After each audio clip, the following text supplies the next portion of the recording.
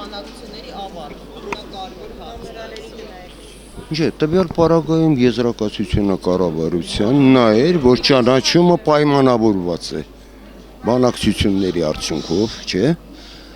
երկու հայկական պետությունների միջև հաշվի առնելով ապագա զարգացումները, այդ թվում արտաքին գործոնները։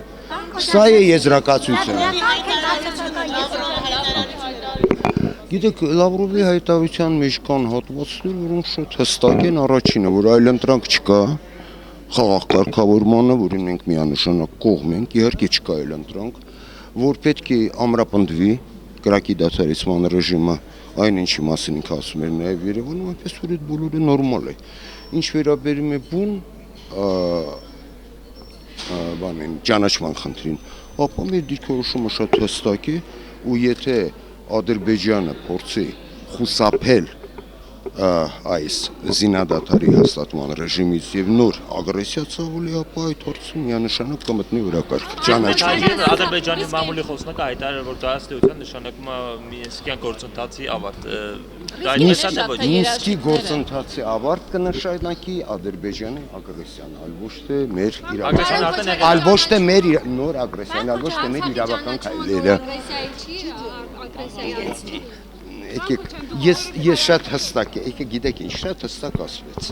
որ ապագա զարգացումներով, որոնցից մեկը ես նշեցի։ Փոխօգնական պայմանագիր Բիշկեկի արձանագրությունների օրն է, 94-ին հենց այսօրն է ստորագրվել։ Այսօր ինչ նշանակությունն են այդ արձանագրությունները, որքանով են դրանք կեսում։ Լավ, եկեք ուզնից մեջքով ոնց անենք։ Ինչպես որ սկզբում ստատուտները Հիմա տեսեք, Բիշկեկյան արձանագրությունները չափազանց կարևոր էին, բայց իրականում դա հիմք էր, որից հետո արդեն կնքվեց բուն զինադադարի մասին պայմանագիրը։ Ես մի բան ընդհանրապես ցանկանում եմ ուշադրություն դարձնեմ, որ Բիշկեկը ինքնին sense անսպասելի չառաջացավ, որովհետև այդ ոնց եղավ, որ կողմերը եկան այդ համաձայնության, որովհետև մինչև այդ եղել է երկար գործընթաց։ Դեռևս 93 թվականի սեպտեմբերից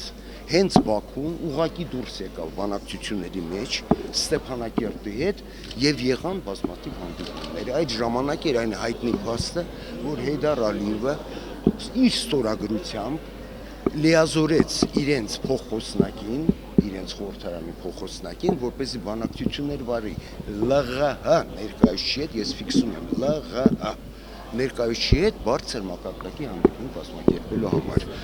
Նմանատիպ ուրեմն լիազորագիր ստացավ այն ժամանակ Լեռնային Ղարաբաղի Հանրապետության արտաքին գործերի նախարար Արկադի Ղուկասյանը,